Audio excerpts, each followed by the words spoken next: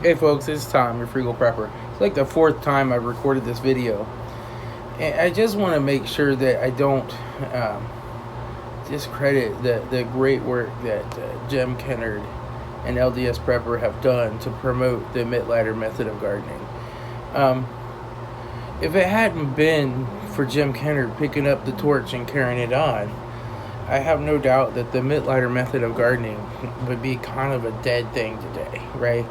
It kind of would have died out and nothing would have came of it, and it would have been a waste of Dr. Mittleider's great work. And I have to say, what I'm going to say today comes from just my little experience in my little garden and a little bit of research that I've done. I have not gone to other countries and taught people how to grow food. I have not rewritten the Mittleider gardening course book. I have not, done all this fine work. And, they make these micronutrient packs available to us so that we don't have to go and source all these hard to find micronutrients. Without things like these micronutrient packs, the gardening course book, the great classes that Jim teaches at his school, we would have lost everything that Dr. Mittleider did. And I am very thankful for that, because it's taught me how to grow food like my life depends on it. And the Mittleider method works. It's the laws of plant growth, and if you follow those laws, you will have success. And the Mittleider method, the book, is a recipe on how to achieve that. But I do believe, after doing this since 2012, that there is some mix-up about the recipe.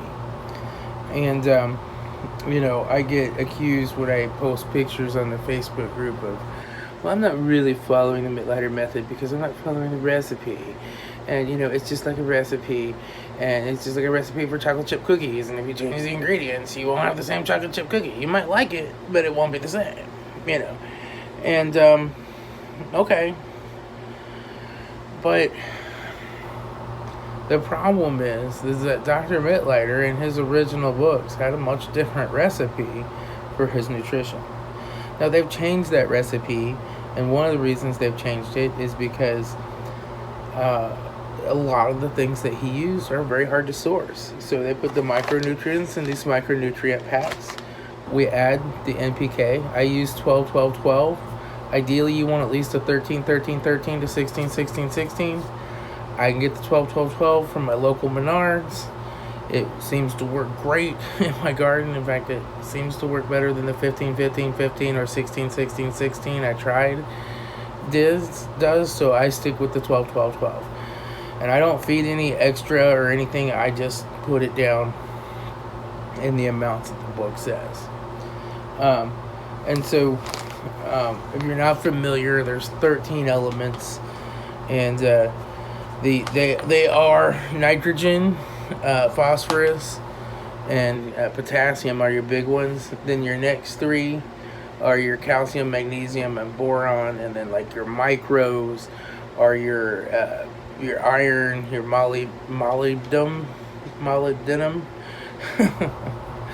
sulfur, your manganese, your copper, your zinc, and your chlorine, right? And so these have all the micros in them. We add the calcium, the magnesium, the boron, and we add the NPK, which is the nitrogen, phosphorus, and potassium. All right. So your 13, 13, 13 fertilizer, or in my case 12, 12, 12 is your nitrogen, phosphorus, and potassium. We add some Epsom salt to get the magnesium. We add some dolomite lime or gypsum to get the calcium. And we add some 20 milliliters borax to get the boron. Now, we mostly add the calcium and the boron really just in the PrePlant, and the magnesium gets added to the weekly feed as well, right? So what is the problem? Well, the problem is calcium deficiencies. I see on the groups and pictures that people send me to ask me for help, I constantly see calcium deficiencies. And calcium is the death of the terminal buds of the plant, right? So where it's growing, it just dies and rots away. And quick and severe wilting and scorching and death of large areas of the leaves. So that's what we see, like the leaves just like quickly wilt and they scorch around the edges and they die. And they die quick. Poor plant color and growth. So the plants just won't look like bright, vibrant green like they're supposed to. And they will slow down growth. The leaves will become enlarged. Sometimes the leaves will the newly forming leaves will kind of wrinkle up and be weird looking. And poor flower set and fruit set. And one of the main things about calcium deficiencies, your fruits that do set will end up having blossom end rot or black hearts in celery, things like that. So,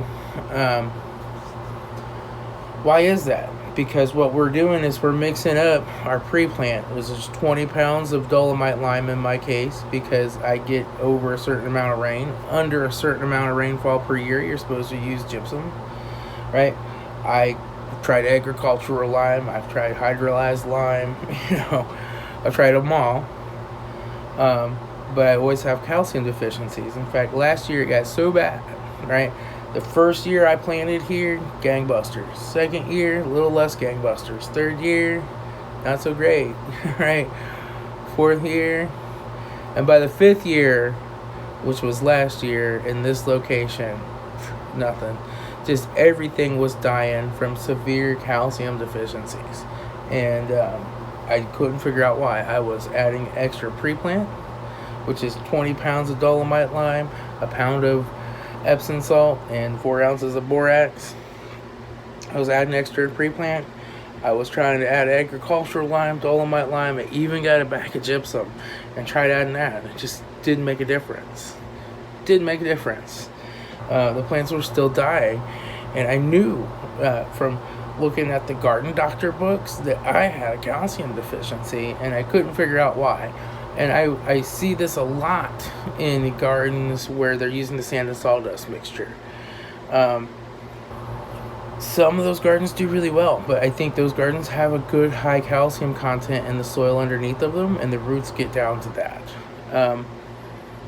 Some of them just don't do so well. A lot of people are constantly adding calcium, more lime, more gypsum, just to try to keep their plants out of this deficient state. And the problem with that is, by the time you see that a plant's deficient, you've already affected the yield. So you have top yields, you have hidden hunger, and then you have deficiency syndrome symptoms, right? And so why am I seeing this, right? And I started going through and just doing some reading of some of Dr. Mittleider's original books. And, one of the things that caught me first off is when I was looking for calcium deficiency, right? Calcium deficiency, it said, in his book this is the grow bed, I don't know, it's a more food from your garden / I think it's a grow box book. But anyway, it says in here, symptoms, death of terminal buds and stunted root growth. Well, it doesn't even say stunted root growth in here, but that's definitely another thing that I noticed, is like the cucumbers would have stunted root growth, and then when you got to those really hot days, they would wilt back, which was what was happening to my cucumbers this year. And I added some calcium of the right kind, and they bounced right back, right? So it took a few days, but now they can be in full sun and they're not wilting anymore because the roots have grown. So Dr. Mittleider says for calcium deficiency, you add calcium nitrate. The new book says you can add agricultural lime, dolomite lime, gypsum. At the very end, it says you can add calcium nitrate. Well, I never added the calcium nitrate because I didn't have any, right? And so we come back to this book and we see that when he mixes up his weekly feed, now he does it component by component, right? You know, he's using calcium nitrate for like half of his nitrogen, right? And then he's using ammonium nitrate for the rest. And that's a lot of calcium going into that weekly feed. Now, he's not putting any calcium in his PrePlant. His PrePlant's a little different formula. But again, we put down some weekly feed with our PrePlant, which helps make up for the stuff that Dr. Mittleider was putting down originally. He was kind of mixing up a batch that included some of the macros in his PrePlant, where we include the macros with our weekly feed by putting that down with the PrePlant, which is just dolomite, lime, Epsom salt, and boron. And I get why we do this, because 12, 12, 12, and 13, 13, 13, and 15, 15, 15, they're easy to find. You can buy them at any farm store in the country, right? And you can just add this and a couple other things, and you've got your weekly feed, right? If you had to go out and source all those things in big, huge bags and mix them yourself, it'd be a chemistry experiment, and it'd just be a mess, right? So, again, I'm thankful that they make this, and that they're producing these, and growfood.com has these, and LDS Prepper has them on his store as well, and they both work equally as well. I've tried them both, and I have about 10 years worth stored.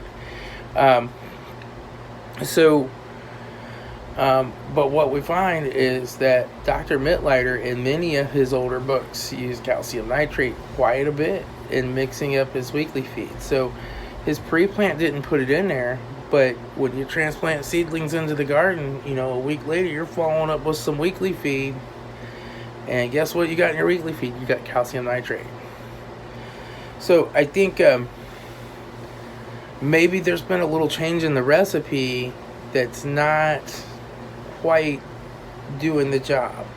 And so what I started to do some more research, and it was one of the other Mittleider groups, like Mittleider Gardening Plus or Mittleider Gardening and Beyond or whatever. There's a guy that goes by the name of Mark. He puts posts out there, and now he uses calcium chloride, right, which is pool chemicals, essentially. It also works great as an ice melter, but this is calcium chloride, and I just have to keep it sealed up really well because the humidity will make it rock hard. And then you're trying to smash it up with the hammer.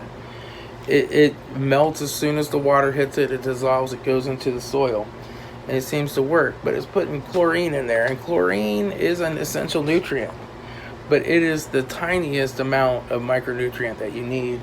So I don't want to put too much of this in there. So I started out this year just putting a handful of this in with my PrePlant when I put it down. And I immediately noticed a huge difference in my plants. Once the temperatures finally got to normal this year, because we were still having 50-degree days in June, right? So once the temperatures got up to normal or close to it, man, boom, they just took off, and my plants showed no signs of calcium deficiency. And then I go over my heavy feeders, especially once every 4 weeks or so, and I just sprinkle down a little bit of calcium nitrate. My tomatoes, my cucumbers, my squash, anything that's a heavy feeder, I put a little bit of this down like every fourth feeding. And my plants are often growing this year better than they were the very first year. So I really believe that calcium nitrate is an important element, and if you're seeing signs of calcium deficiency, then it's in the book that you can use calcium nitrate as something to treat a calcium deficiency with. It's the last option there. But anyway, from talking to this smart guy, he was saying that the calcium carbonate, which is dolomite lime, and the calcium sulfate or something, I think that gypsum is, that those are not bioavailable to the plants. When you put it in the ground, it takes years, sometimes decades, to break down just to have a small percentage of it be available to the plant. And it's not nearly enough. And I have to say that he's right. Growing in the same soil over and over again after 4 or 5 years, I'm starting to see severe calcium deficiencies, and I didn't know why. And I think this is why. And it seems to be kind of a controversial subject. If you mention it on certain groups, you're liable to get banned. I don't know why it's so controversial. I don't know why we can't just say, hey, throw a little calcium nitrate down. The calcium chloride could be more controversial because it is putting a lot of chlorine into the soil. And so I'm probably not going to use that anymore. I'm probably just going to switch over to the calcium nitrate. But at the time, I ordered that, and that's what I used. And then I did some more reading. I'm like, oh, I want some calcium nitrate. And so I'm going to use calcium nitrate because nitrogen's a macro, and it's the biggest macro. So if you go a little over on the nitrogen, you're not going to kill anything, especially since I'm only using a 12-12-12. I'm putting a 15-0-0 in there with my 12-12-12. Just a little bit. I'm not going to go too far over what a 16-16-16 would give me as far as nitrogen. Because you don't want to put too much fertilizer down. I've done it. And, I had a reduced potato yield. I should have had about 110 pounds of potatoes this year on my first potato harvest. Normally see 110, 120. And I had about 70, 75. And it's because I over-fertilized one section of my potatoes, and it really stunted their growth and killed them for a while. I flooded out the beds, and I eventually got them to kind of come back, but severely reduced my yield. So you don't want to over-fertilize. It's really important to spread it out evenly. And potatoes are hard because they grow up, and you're trying to reach in there and get the fertilizer spread around inside all the leaves.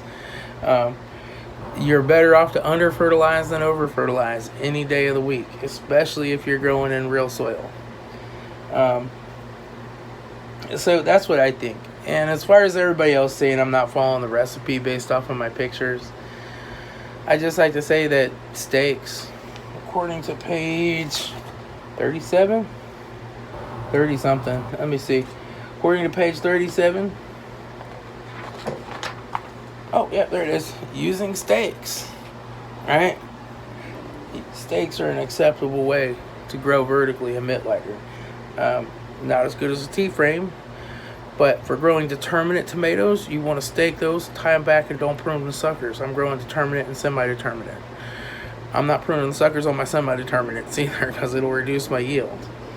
As far as cucumbers, I don't know if it specifically says anything in here about cucumbers. I think it does, actually, but I tell you, when you're growing small pickling cucumbers, you want to let those sucker out because it's going to get you the difference between 4, 5, 6, maybe cucumbers per plant off of a main stem to getting 20 or 30 per plant, right? You still prune some suckers and you prune some leaves to allow for good airflow, and you want the leaves not to shade themselves, so you do some pruning. I prune pretty heavy, but I let my suckers grow out, and I throw up a couple extra strings and I let them climb. And there's a difference between getting 30 or 40 cucumbers and getting hundreds of cucumbers.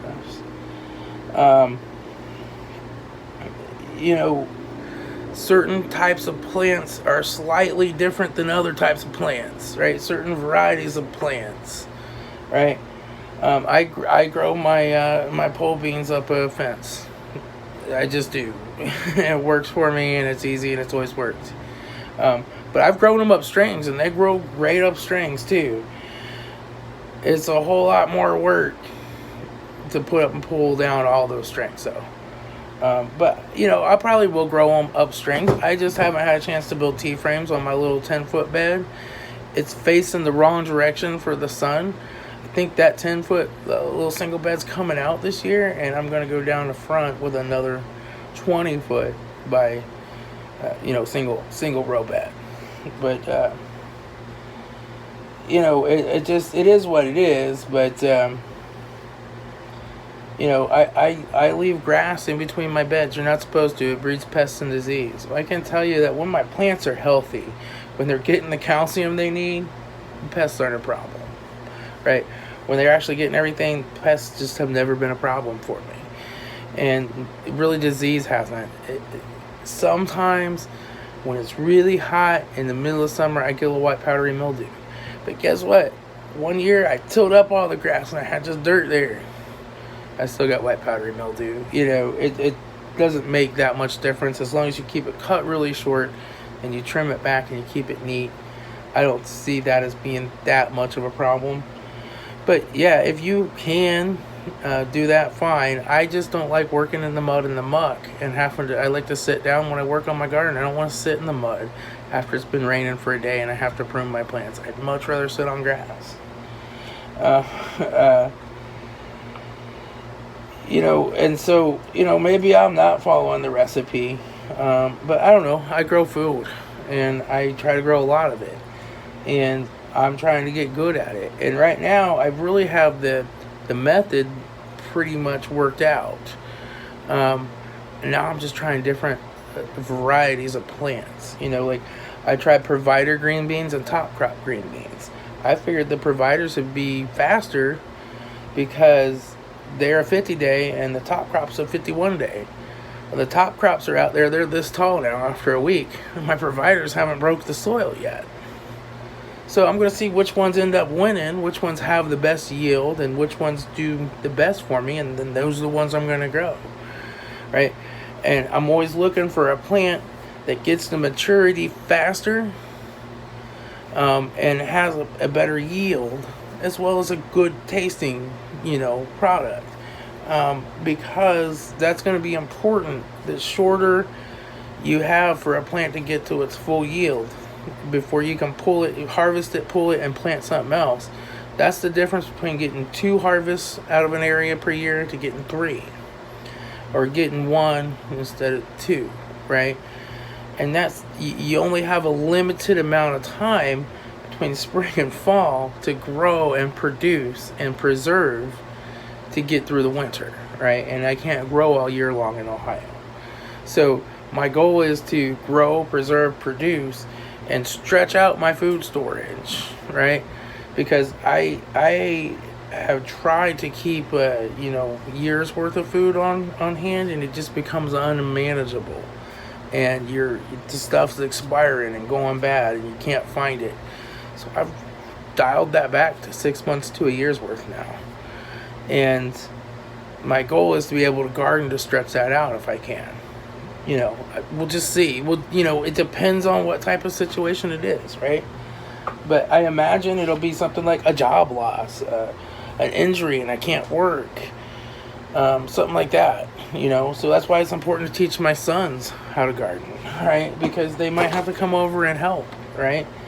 But anyway, I'm getting off the topic now.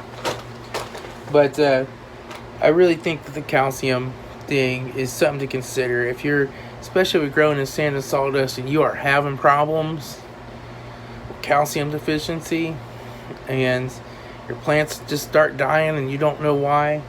Try adding some calcium nitrate and see if things don't turn around. And it's been my experience, it turned around pretty quick. So anyway, that's all I got. I'll talk to y'all later. It's Tom, your Frugal Prepper.